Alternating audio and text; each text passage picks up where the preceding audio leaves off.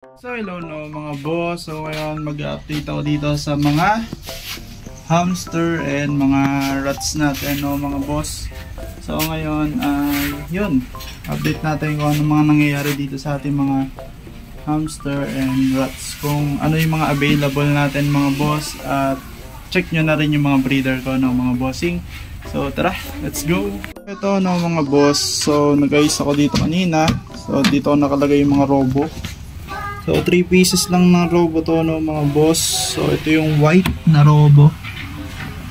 Medyo hindi pa ako familiar sa mga species na mga robo, pero parang ang tawag yata dito husky. Pero kung nagkakamali ako mga boss ay tama nyo na lang. So dito naman yung mga newly harvest ko ng mga CDH Jumbo Dwarf Hamster. So ito yung grow out nila no mga boss. So ayan. Next, dito naman yung mga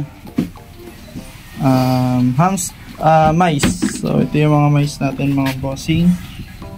So kakunti lang, yan lang yung mga available natin na mice kasi may bumibili, no?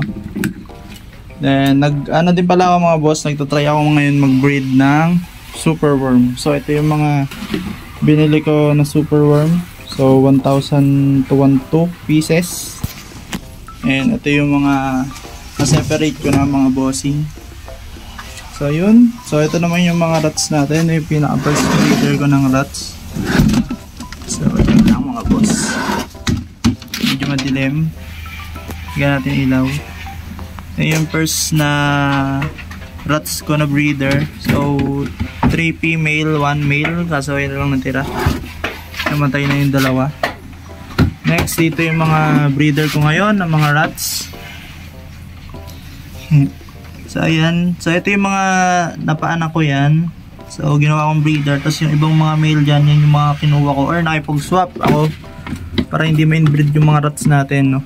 Kasi pag na-inbreed, sabi nila mabagal lumaki. Tapos yung paglaki nila is hindi na yung sobrang laki. So parang nababansot, ganun. So dito mga boss, ito yung mga mice. So may ano lang dito, hamster na GH. So yan yung pinapaanak ko dyan kasi buntis na. So ito yung mga mice natin. So ang ratio natin dito mga boss ay 3 to 1. So 3 female, 1 male. So ito yung mga mice natin. Lahat yan puro mice. Yung iba may mga anak, yung iba wala. Yung iba buntis. Ayan. So madami na dito. Ayan. Tapos dito yung minsan dito na yung pinapala, oops, nahulog. Dito na yung mga grow out din natin ng rats. So ito ay small rats. So hindi pa ako nagbebenta mga boss dahil paparamihin pa natin. Kaya ako maubusan ng ating mga breeders. So ito yung mga nag-drop na, I mean nanganak na.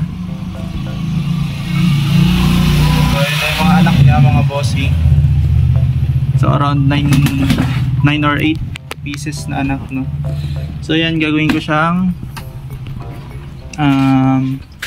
breeder din kasi kakunti pa lang naman yung mga breeder natin.